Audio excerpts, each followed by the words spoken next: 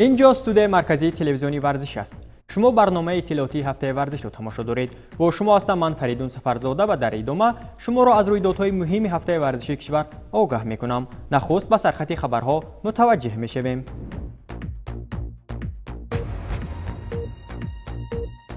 شهر دوشنبه ماه август میزبانی چمپیونات آسیا اوید به بادمینتون می شود. آمادگی ورزشکاران کشور ما در این مسابقه چگونه است؟ تکواندوچیان کشور با 22 مدال از مسابقه ازبکستان اوپن 2022 به دوشنبه برگشتند. پس از شهرهای خوجند و دوشنبه برنامه رشد ساختار ورزش جودو در موضع 40 دختران ناحیه مومن‌آباد دایر شد. بخشیده به روز بین المللی شاهماد در شهر دوشنبه مرکز شاهماد در خود را برای دوستداران این رشته ورزش باز کرد. مرحله دوم چمپیونات تاجیکستان اوید به فوتبال میان جوانان تا 18 ساله منطقه سوخت به انجام رسید.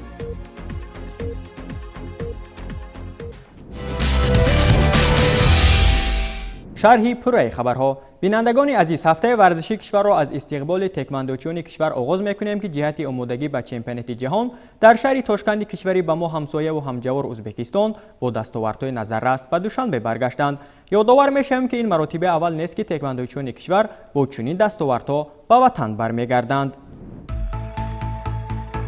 دوام 2 روز در شهر تاشکند ازبکستان مسابقه کشادی بین المللی اوید به تکواندو ETF برگزار گردید که در آن منتخب تاجیکستان در هیئت 25 نفر 6 دختر و 19 پسر شرکت ورزیدند. تکواندوچیان کشور توانستند که در این مسابقه با 10 نشانی طلا، 7 نقره و 5 برنجی به وطن برگردند. آنها را در شهر دوشنبه نزدیکان و پیوندان گرم و صمیمی استقبال گرفتند. Взяла 2 золотых места. Первое по личный спарринг. Выиграл сразу 2 девочек, казашку и киргизку. Еще был командный спарринг. Мы выиграли 2 команды. Это заслуга всех девочек, не только меня, конечно. Мы все очень старались, чтобы скажем так, не опустить свою нацию вниз, а наоборот поднять ее наверх. И на общем команде мы заняли 2 место. Это очень хороший результат для нас. И мы очень рады, что Таджикистан на 2 месте, а не на последнем. قابل ذکر است که از 26 تا 31 ایول در شهر المره کشور هلند چمپیونات جهان اوید به تکواندو ETF دایر می شود و ورزشکاران از کشور ما هم در آن شرکت می کنند. بنابراین سبب فدراسیون تکواندو ETF و کیک باکسینگ و کشور تصمیم گرفت که قبل از شرکت در مسابقات جهانی مرحله آمادگی را بیرون از کشور گذرانند. مسابقه کشادی بین المللی اوید به تکواندو ETF که در شهر تاشکند دایر گردید، این یک مرحله اساسی تیاری ورزشکاران تاجیک و این مسابقه جهانی محسوب می شود. Получила 3 золотых медалей в командном спарринге и в личном спарринге. У меня были соперницы из Узбекистана и Казахстана. Я хочу поблагодарить своего тренера за то, что он подготовил нашу сборную. Мы показали очень хороший результат.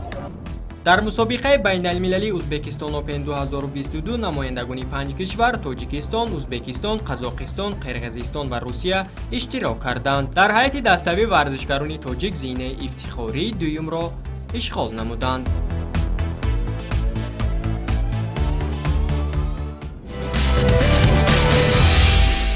البته دستاوردهای تکواندوچیان تاجیک در مسابقه‌های بیرون از کشور باعث تحسین و آفرین است. همکنون بر رویداد دیگری ورزشی کشور روی می‌آوریم. از 11 تا 15 آگوست سال روان برای اولین بار چمپیونات آسیای مرکزی اوید به بادمینتون در کشور ما برگزار می‌گردد. پس ورزشکاران ما چگونه به این مسابقه آماده شده ایستاده باشند، ما این را پیگیری کردیم. در چمپیونات آسیا که از 11 تا 15 آگوست سال جاری در شهر دوشنبه اولین بار دایر می‌گردد، بادمینتون بازان منتخب کشور ایران نیز اشتراک می‌کنند. بادمینتون بازان کشور ما دوام 2 هفته می‌شود که مرحله اولی آمادگی‌ها را به مسابقه آسیای مرکزی زیر راهنمایی مربیان این رشته ورزش آغاز کردند. هیئت کشور ما را در این مسابقه 12 نفر، 6 پسر و 6 دختر تشکیل می‌دهند.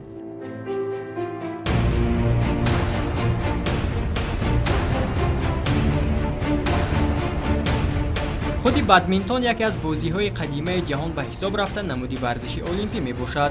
در بدمینتون دو بازیگر یا دو دسته عبارت از دو نفر با هم رقابت میکنند. مربی علیشیر عبدالرحیموف هم جهت خوب آماده شدن بدمینتون بازان کشور به آنها تمرین‌های گوناگون را تلقین میکند.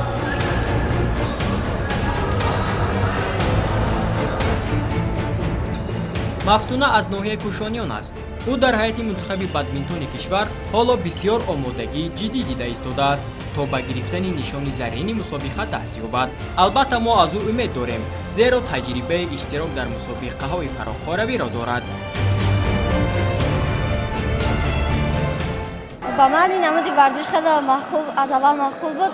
من طولی 5 سال میشود که در این نمود ورزش مشق تمرین میکنم و من با چند دولت‌ها رفته جای نمایان را اشغال کردم. مثلا من به شهر کازان رفتم، در آنجا چند دولت اشتراک داشتم. من در آنجا جای نمایان را اشغال کردم و باز به دولت قزاقستان رفته بودیم. ما در آنجا اشتراک کرده جایهای نمایان را اشغال کردیم. من خیلی میخوام که در این چمپیوناتی که میگذرد من اینجا جای اول را گیرم و مشق تمرین رو باز هم زیادتر میکنم.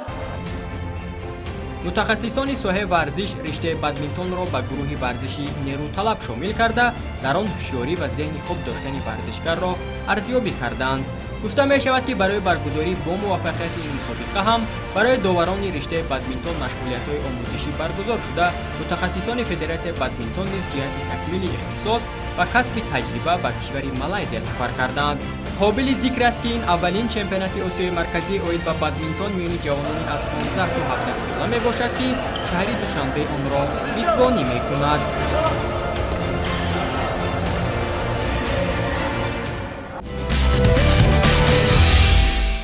پس از برگزاری برنامه رشد ساختاری ورزشی جودو در شهرهای خوجند و دوشنبه با ابتکار کمیته ملی المپی تاجیکستان در همکاری با فدراسیون جودوی کشور و دستگیری فدراسیون بین المللی جودو در دایره این برنامه سمیناری نوبتی آموزشی در موضع زیبا منظره و تاریخی 40 دخترانی ناحیه مومن‌آباد برگزار گردید که از نظر ما هیئت ایجادی برنامه هفته ورزش دور نماند.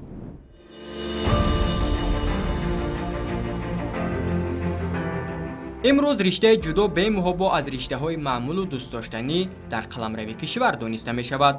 همین است که به خاطر باز هم تقویت بخشیدن رشته جودو در کشور مسئولین ساحه همه ساله برنامه‌های مخصوص را راه اندازی می نمایند که این زمینه خوب برای رشد این ورزش معمولی المپی می گردد. عملی گردانی برنامه رشد ساختاری ملی ورزشی جودو در سال 2022 یکی از هدفها به حساب می رود. در دایره این برنامه مشغولیت آموزشی برای مربیان و داوران شهر و ناحیه‌های کشور در منطقه زیبا منظره 40 دختران واقع در ناحیه مومن‌آباد برگزار شد.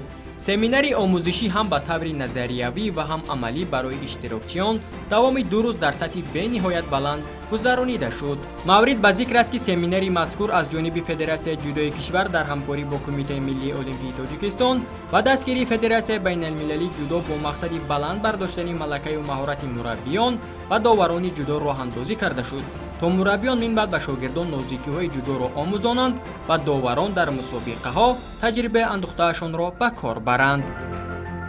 عطاالله عباس نژاد مربی بین المللی دورای دنی هشتم از فدراسیون جهانی جودو در هر کدام این مشغولیت‌ها شرکت ورزیده برای اشتراکیان آموزش‌های لازمه را تلقین کرده ایستاده است. سطح بالای این سمینار جهت ارتقاء سطح دانش مربیان کشور عزیز تاجیکستان بوده که بندم انجام وظیفه کردم.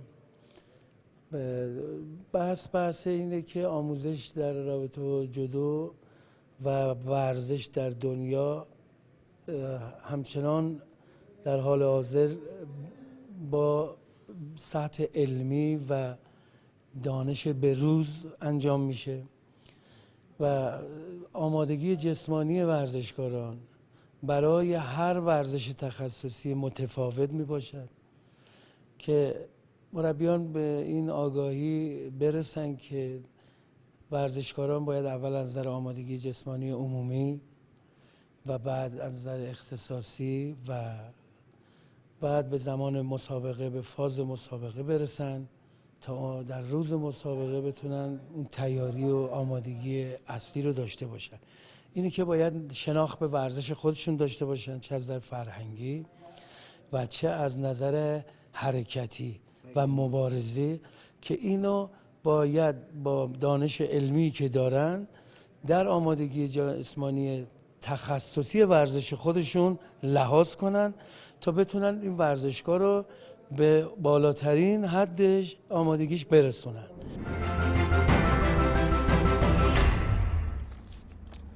در جریان سمیناری آموزشی همچنین رهبریت کمیته کار با جوانان و ورزشی نزد حکومت جمهوری تاجیکستان و فدراسیون جودوی مملکت اشتراک نمودند. ضمناً تشکیل چنین جماعت‌های آموزشی در منظره‌های زیبای تاجیکستانی بهشت‌آسا بسا موافق بوده برای صیقل دانش داوران و مربیان کاری خوب است که البته آن شایسته تحسین است. یادآور می‌شویم که برنامه رشد ساختار ملی ورزشی جودو دوام 3 ماه در منطقه‌های گوناگون کشور ادامه می‌کند.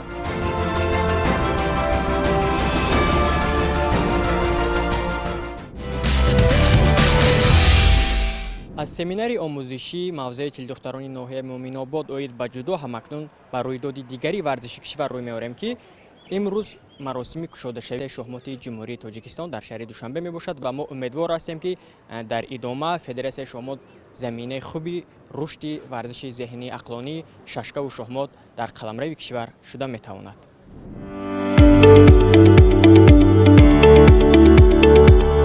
20 ایول با مناسبت روز بین المللی شهمات با ابتکار فدراسیون شهمات تاجیکستان در شهر دوشنبه بینای مرکزی شهمات تاجیکستان واقع در کوچه لاهوتی مورد بهره برداری قرار گرفت. در مراسم افتتاح مرکزی شهمات نمایندگان ساحه ورزشی مملکت، رئیس فدراسیون اتفاقهای کسبه ملکشاه نعمتزاده، معاون رئیس کمیته کار با جوانان و ورزش پرویز صابرزاده، کاتب گنرالی کمیته ملی المپی تاجیکستان محمدشاه عبدالله‌زاده و رهبریت فدراسیون شهمات شرکت ورزیدند.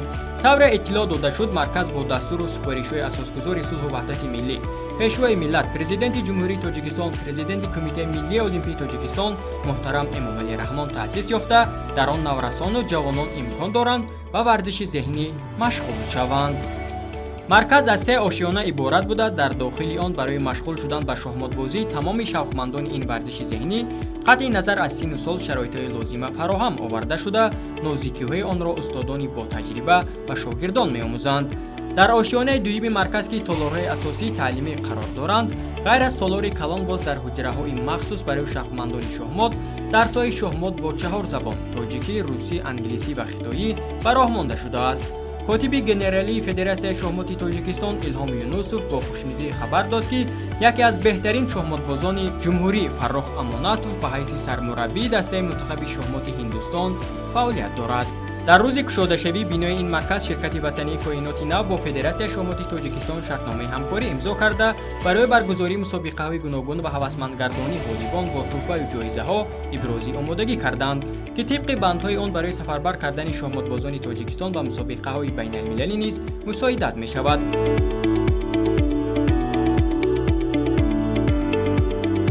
برای فرا گرفتن شماره بیشتری نورسان و جوانان و جلب هرچه بیشتری ساکنان سن سالی دیگر، مسئولین تصمیم گرفتند تا اقدام‌های دیگری ضروری را نیز پیاده سازند. ورزش دادن تفکر و ذهن به وسیله بازی شهمات که معمول‌ترین بازی‌های ورزش عقلانی و ذهنی است، خوشبختانه از قدیم الایام تا به امروز میان خرد و بزرگ مردم تاجیک محبوبیت خاصه داشت و تا امروز هم آن را گم نکرده است.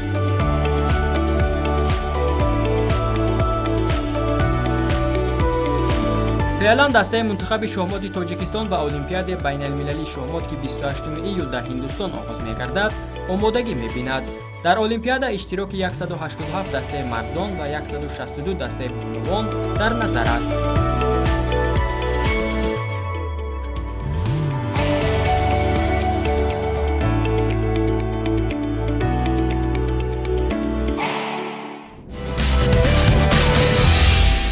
از مراسم گشوده شوی مرکز شهمات تاجیکستان همکنون میرویم به مسابقه فوتبال لیگ پیشرفت میان جوانان تا 18 ساله که پس از 2 هفته غالیبان مرحله دوم آن در ناحیه جبر رسولفی ولایت سوغد مشخص شدند. مرحله دوم چمپیونات تاجیکستان اوید و فوتبال میان جوانان تا 18 ساله منطقه سوغد به انجام رسید. در چمپیونات مذکور که از 15 ایول آغاز شده بود، دسته‌های جوانی ناحیه جبر رسولف، ادرسمان شهر گلستان، بوستان شهر بوستان، اشتی ناحیه اش در زیرگروه ا و دسته‌های شهرستان نوحه شهرستان، پنجکندی شهری پنجکند، اسفره شهری اسفره، ظفرآباد نوحه ظفرآباد در زیرگروه ب میانی هم سبقت کردند. دو دسته بهترین این چهاربینی ورزشی تیم جوانی نوحه جبار رسولوف و دسته اشتی نوحه اشکی مهارت بلند نشان دادند و دور نهایی راه یافتند. دیدار نهایی میان این دو دسته در ورزشگاه جوانی نوحه جبار رسولوف جریان گرفته با حساب 11-0 به فایده صاحبان میدان به انجام رسید. غالبان و جایزه‌داران چمپیونات مذکور با مدال و افتخارنامه، جام و تحفه‌های خاطره‌ای فدراسیون فوتبال ولایت سوخت قدردانی کرده شدند. همکنون این دو دسته در مرحله نهایی چمپیونات تاجیکستان اوید به فوتبال بین جوانان تا 18 ساله ولایت سوخت را معرفی می‌کنند.